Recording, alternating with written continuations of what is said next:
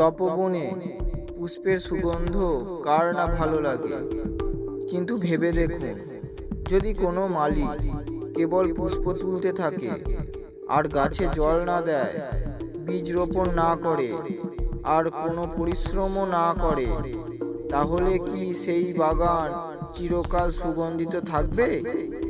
থাকবে না তো। সম্পর্কের ক্ষেত্রেও একই নিয়ম।